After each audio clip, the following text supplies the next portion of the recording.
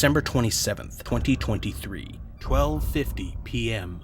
A man in New Hampshire sits in a Discord call with a small group of close friends. He anxiously checks the corner of his screen for the time. The day that he and his team have waited 7 years for is about to arrive. Downstairs, his wife sits on the couch, one ear on the TV for the weather forecast, while the other waits to hear the signal from her husband upstairs. Across the country in Washington state, a man rolls out of bed, his brain still foggy after a night of finishing art assets. He walks over to his computer, puts on his headset, and launches Discord. He sees his boss already in a call on the developer channel, waiting for him. A few miles away from the groggy man is another, a glass of Crown Royal in his hands. He's calm on the outside, but the butterflies in his stomach are mingling with the burning whiskey. The clock strikes the top of the hour. The Steam store refreshes. Hundreds of pages go through this every day, but to these folks, only one of them is important. The sleepy man in Washington presses the button on the publishing page to go live. Today marks the release of their blood, sweat, and tears made into a tangible product called Changeling Tale. And to mark the 1-year anniversary of the game's release, I present to you the Changeling Tale Experience.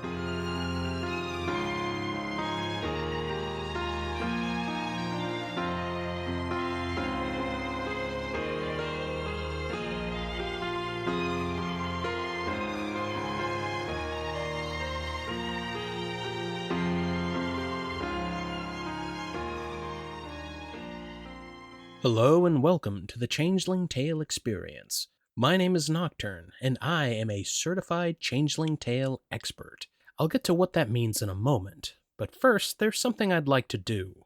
Now, because I value your time, in case you want a simple, spoiler-free review of the game, I'll read to you one of the most helpful and top-rated reviews on the Changeling Tale Steam Store page, as I believe it's the best quick and neat version you could give to someone. It's also written by me! So without further ado, while this is technically an R18 game, the focus of the story is more romantic in nature than outrightly sexual. About 20% of the overall content is explicit, with everything else staying relatively safe. There is also a safe for work filter option that swaps most of the sprites for cleaner versions and skips the naughty scenes. So if you're in it for just the story, that option is there for you. Don't let the mature tag scare you away from playing. I've supported Changeling Tale for 4 years now while it was in early access. It is without a doubt unlike any other VN or Arrow VN on the market. The characters are endearing. The story focuses on adaptation to change, self-discovery, and healing. The word wholesome gets thrown around a lot these days, but this is the definition of a wholesome visual novel. The art is consistent in quality and very well done. Little Napoleon and Watsup's styles work very well with each other. The music is fitting, and there are quite a few tracks that are listenable outside of the game. This VN is also the first I've seen to really use ren'py's ability to manipulate and layer scenes. Techniques like zooming and panning, as well as image layering for added foreground effects like dust, sun shafts, and other particle effects. Lastly, I'd recommend playing the romances in this order: the cow sister Marion, the werewolf Jessie, and save the aquatic sister, Grace, for last. Believe me, you'll get the best experience in terms of pacing and carried over knowledge about how characters act in the setting from previous playthroughs that will make your experience 4 times better. Overall, Changeling Tale is a VN worth playing. This is more than just a cheap pump and dump porn VN, and certainly leaves you with a good feeling after going through all of the romance paths. Good lord, that sounded robotic. Anyway, you should be well prepared to take the plunge yourself, but if you want to know more, then continue on, because I got a hell of a lot more I can talk about. After all, I'm a Changeling Tale expert. What does that mean? Well, I've followed Changeling Tale's development closely since 2019. And by closely, I mean that I've made friends with the devs, attended a con or 2 with them, commissioned a few pieces of artwork that are both safe and unsafe for normal viewership, and have been there for various milestones, such as the Changeling Tale Art Book, a Patreon reward that nearly took a year to make, and with a quality that mimics the ones produced by CD Projekt Red, if you've seen any of those. Then there was the Steam Next Fest 2021 livestream featuring Sean Chiplock, an industry voice actor that did that bird in Breath of the Wild a few years back. No, not the one that everyone's gay for. He's also a man that believes that he's licensed to narrate porn because he has a wife. You call that impressive? I'll show him. I'm a nursing assistant licensed by the state of New Hampshire. I've got 8 years of experience under my belt. I believe that I'm a better arbiter of things involving the south belt of the human anatomy more than just some dude with his wife. And don't at me, man, because I've seen a barrel of pickles more than you ever will in your lifetime. Petty disagreements aside, I've also been privileged enough to play alpha releases with story content long before anyone else would get to see it. Not because of the friends bit, but more because of me spending more money than most other people on their Patreon. I don't give a fuck if I go blind. I don't need to see the price tag anyway. And lastly, who could forget the Stromboli incident of Anthrocon 2022? I did make a video review back in 2020, but that was before I knew half of what I do now about the project, and I feel more confident to talk about Changeling Tale than I ever did before. I'm going to split this video into 2 primary parts. This first section will be an overview of the game itself, focusing on the art, the music, and having a small spoiler-free section for the story, where I'll mainly cover the first act of the game. The second part, or parts, are going to be a more in-depth spiel about the romance paths themselves.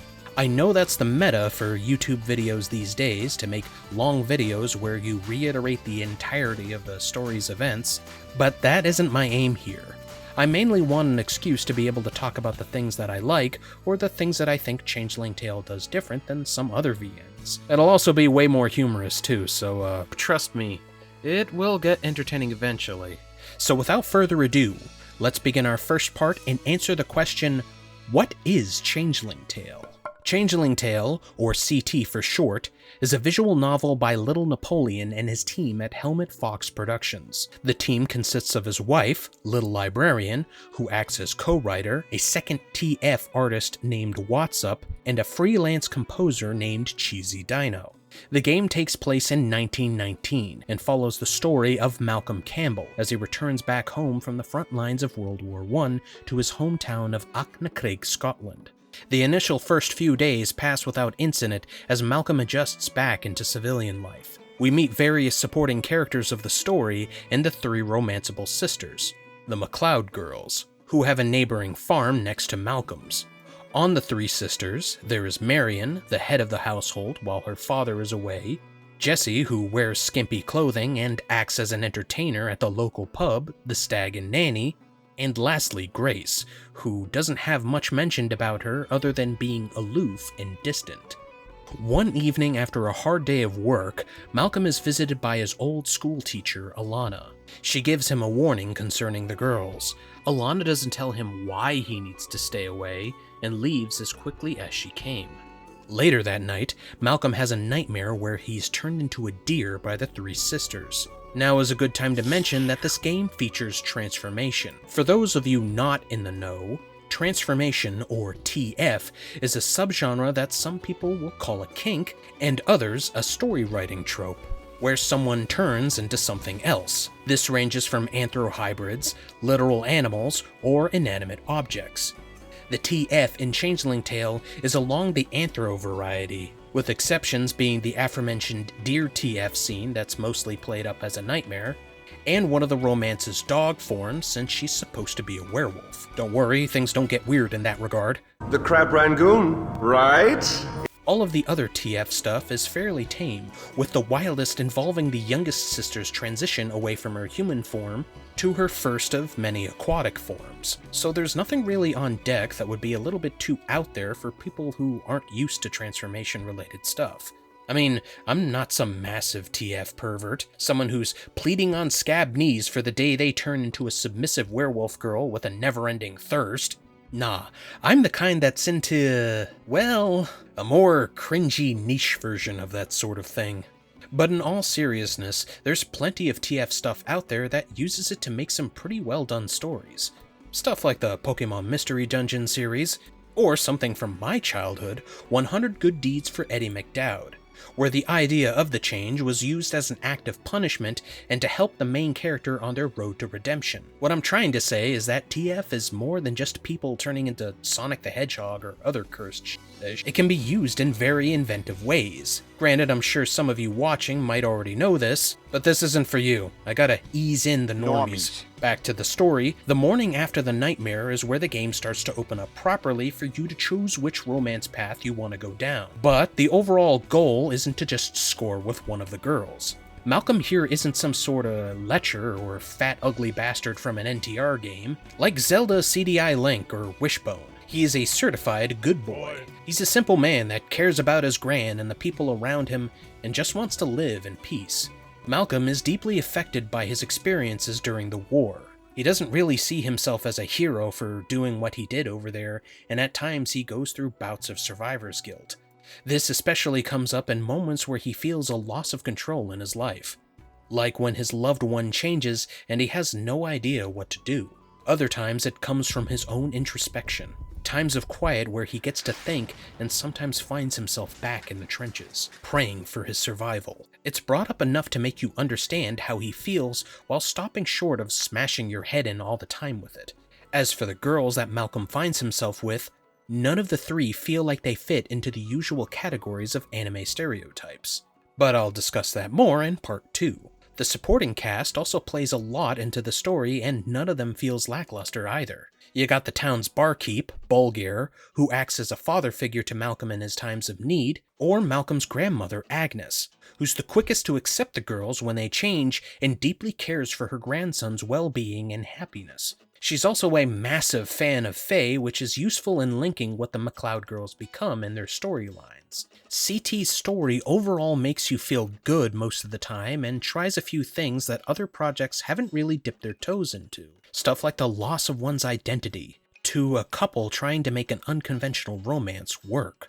If you're looking for a balls-to-the-wall exotic adventure around the hills of Scotland, you might want to look elsewhere. The game only really has 15 to 20% adult content in it, and those scenes take a long time to actually get to. So this is a project less like Friendships with Benefits or Summertime Saga, games that are just vehicles to push out cheap, smutty slop with nothing else of value. Changeling Tale feels more like it's attempting to tell an actual story first and foremost, and the physical stuff here is more just a natural part of a romantic relationship. What the fuck do I know? I've never been in a relationship with anyone, so maybe this isn't how it works at all. One last thing about the arrow for the time being, but remember what I said before? Changeling Tale has an adult content filter in it that allows you to bypass sex scenes and replace several sprites with safer versions. Granted, a few of them still look like they would violate Twitch or YouTube's TOS, but honestly, what doesn't these days? This is actually my preferred method of playing, but there are a few scenes with TF in them that feel a little bit jarring if they're skipped. Why does the neat water chick turn into a full-fledged fish after a fade to black? Or, damn Marion, how did you get so fat overnight? Stuff like that. Let's put a pin in the story discussion for the second part so we can talk about the other assets at play here. Changeling Tale's art is handled both by Little Napoleon, the project's lead, and Watsup. They have a particular process in making their art that goes a little something like this. Watt will sketch the asset needed and then send the image to LN, who will then color and shade the piece. Then he'll send it back to Watt for final adjustment, where LN will get the touched up picture back and then code it into the game. It seems like a very odd back and forth with each other, but it still seems to work out pretty well. I think the only real main negative I had comes from how the main character looked before a lot of tweaks were made to him. Malcolm is pretty alright as far as character designs are concerned, but many of his assets made in earlier stages that feature him needed readjusting so he'd actually look consistent. Those blemishes have been mostly resolved, but here are two examples that I have that kind of show a before and after as best as I can. One, for example, where he's in bed with one of the girls, you can see his body looking ripped as hell. And let me tell you, the diets of the World War I soldiers serving on the British front weren't really there for bulking you up. The only brick house you're going to be seeing is the one someone's laying down in the latrine. There's also the infamous CG involving Malcolm and the older sister, Marion, where they're making a ball of cheese together. It's kind of like an homage to the movie Ghost. What comes off as an intimate, handsy moment between a couple kind of breaks because of Malcolm's face here. There's just something off-putting about it. Some say that if you click on the face 6 times during this scene, he'll make direct eye contact with you, just as a screamer pops out. Don't worry, I'm just kidding. Anyone who pulls that ish, the content creator deserves to be shot. Before we move on to the backgrounds, let's talk about the sprites. It's something that goes mostly unappreciated in Western Arrow games these days to have decent character sprites. While most of the characters don't have a wide range of poses or outfits each, compared to something like Mighty, they do feature a wide range of subtle and not so subtle emotions that never try and go into the realm of cartoony. And their overall designs and silhouettes are different enough to prevent characters from feeling too samey. Bolgare's Highland man with cane and more energetic angled view, both with his Scottish fit and facial hair. Malcolm's Gran with her compact elderly lady height and eternally closed eyes. The youngest romanceable sister, Grace's way of keeping her arms behind her back, giving her the impression of someone trying to take up as less space as possible. Then seeing her transition to a posture that makes her seem more open and confident after she transforms for the first time. I just really like how grounded and realistic these folks look. Nowadays, it seems like most VNs, at least some of the more successful ones, either don't put that much thought into their character designs outside of CGs, or are on a race to the bottom to make the most detestable ass characters as possible. Who the hell gets horny and thinks, yeah, I want to make a waifu that looks like a mix between Tom Petty and Gretchen Grundler from Recess? Okay, that tangent's over. Probably one of the most interesting subjects as far as visuals are concerned are how the backgrounds are built using ren'py's layering system. Let me just put on my best John Lennon from Digital Foundry voice here. Most other ren'py projects build their scenes with just 3 layers. These are made up of the background layer, the sprite layer with the characters, and the text box, which usually incorporates the UI and can be culled out for various scene transitions. CT does this as well, but with more layers, using that method to build an entire scene rather than just having a single backdrop for everything. It starts with a skybox, then another layer for the clouds. Having a separate layer for the sky allows the developer to code in an effect that makes it so that the clouds will slowly move across the sky during a scene. The effect is subtle, but it adds to the sense of the locale feeling more alive. Next comes the background layer.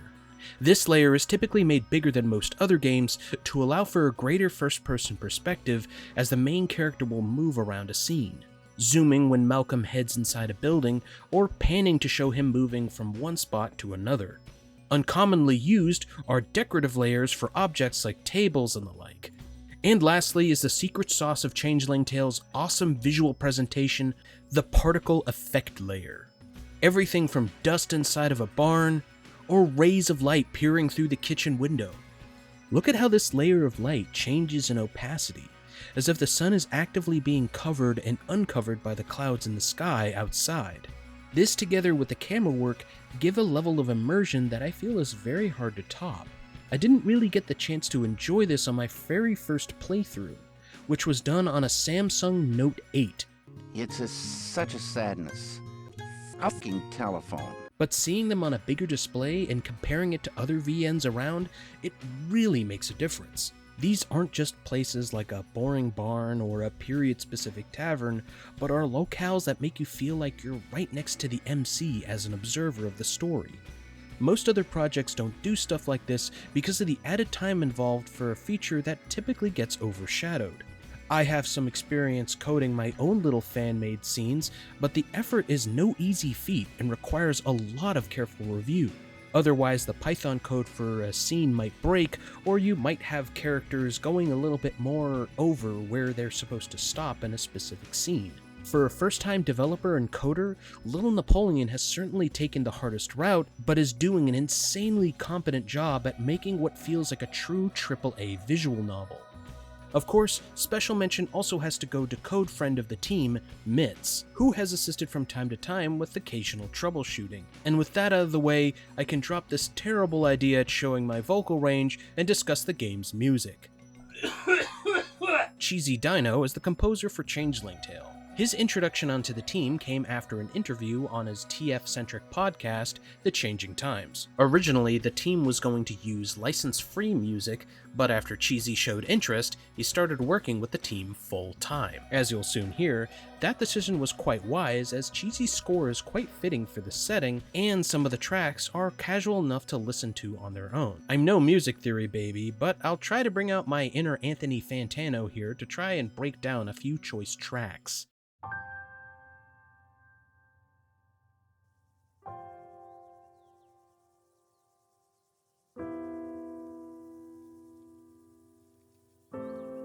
Solasta Ambience is a song regularly used in most of the outdoor conversational scenes. It's a very calm piano track that uses ambient nature sounds as a background layer.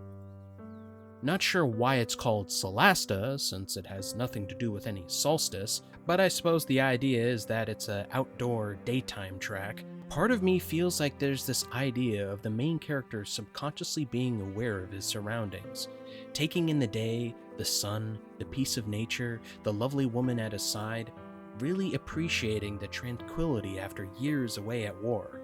Just really chillax stuff.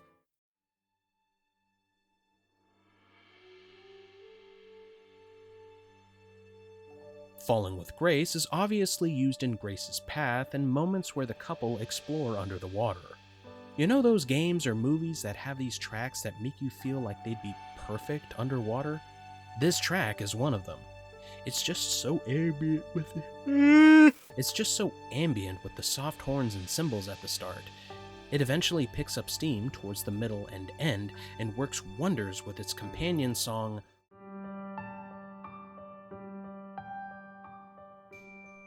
Grotto, which is probably more well known for being used during one of the most outlandish TF scenes in the entire game. You'll know what I mean when you see it for yourself.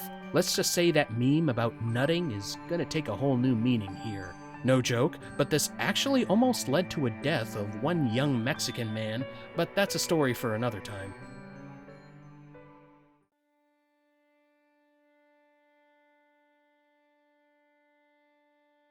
Next up we have Miren Kaydale, or Nightmare for my non-dead language speaking viewers. While I wouldn't really recommend it for casual listening, as it's used during the Nightmare sequence in Chapter 1, I'd say that it really stands out for just how uneasy it makes you feel. Playing this scene back in the day really gave me the heebie-jeebies. That slow build-up with the violin drone at the start, followed by the track slowly bringing in more instruments as the song progresses. I'd say this does a wonderful job at really setting the scene as being uncomfortable. Although I'm pretty sure that some weirdo out there will probably say how hot this scene was for them. Footnote, they actually edited out Malcolm's deer balls for this scene. It was present if you played the game on the NSFW mode, but it later got taken out and added in as a Easter egg if you 100% the game. Honestly, I felt that it kinda hurt the mood for first-time readers.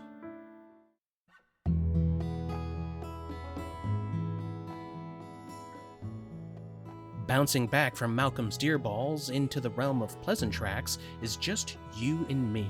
It's a criminally underused song in this game in my opinion, only really being used in one scene towards the end of Grace's story. There's this nice vibe to it with the accordion and junk that reminds me a lot of the works of Yoko Kanno. Precisely, her work in the ill-fated Ragnarok Online 2, The Gate of the World. And while not a specific inspiration for him, Cheesy said that he took inspiration from both Kanno and Yosunori Mitsuda. Mitsuda's work on Chrono Cross especially. Now that we've talked about the good, I gotta cover some of the more negative ones. I feel like a few tracks that utilize the flute need some more retooling in their balancing.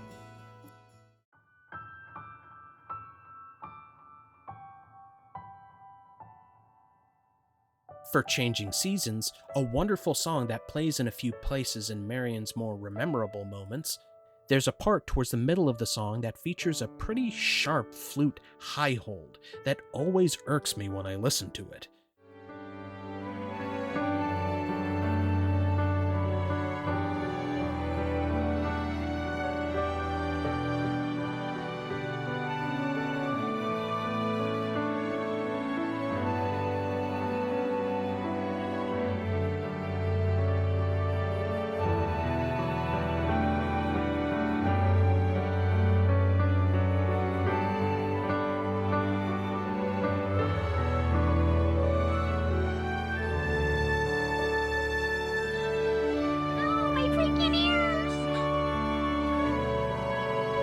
I feel like over time I've gotten used to it, but one thing I can't stand is this next track.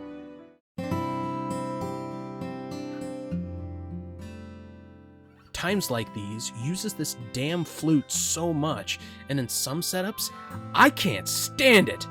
It's terrible in Jesse's Path, where the song is used so freaking much, and between that flute and the blue-balling nature of trying to go into a riff of Loch Lomond, it just ends up driving me crazy, and it just keeps playing every fucking other scene in that chapter, and it's just, get out of my head! Get out of my head! We have one last song to cover here, a personal favorite of mine and what I like to call my big sell. For this, I'll need to go into spoilers for the halfway mark of Marion's story real quick. This is also the moment that I really fell in love with Changeling Tale myself. Here's the setup. The main character and Marion go out for a walk one morning to sit by the shore of the loch. As they look out onto the water, the MC suddenly embraces Marion. Coming back home just to be thrown into the chaos of his lover's changes has worn him down enough to break him here. It's not a bad break either. He comes to realize something. Despite everything, he's found happiness and a reason to live again. In the raging ocean that's been his life these last few years, he's managed to find a way to ground himself. His breaker against the tide, Marion McLeod. This scene is just fantastic. The slow zoom in, the CG of the couple by the water on the overcast day, and lastly, the track Home is Where the Heart Is. People love to say how a certain game will break someone, but holy shit, can I say they nailed it here. The mellow and sad vibe throughout the song always used to get me a little misty-eyed hearing it, and that was before it actually got used for this scene. What used to be here was Changing Seasons, and you've heard it, it's a really good track, but after hearing Home be used for this scene, it just elevates the moment even more. Honestly, I can say that if you look at this and don't feel at least something here, then I don't think anything else I have is gonna convince you to try this game for yourself. Or maybe talking about what I like about the individual stories will. So join me for part 2, where we'll journey into hot chick heaven and discuss the lovely McLeod sisters. Next time on the Changeling Tale Experience. For more information on how to play Changeling Tale yourself, go to www.changelingtale.com. Changeling Tale is playable on PC, Mac, Android, and purchasable through Steam or itch.io.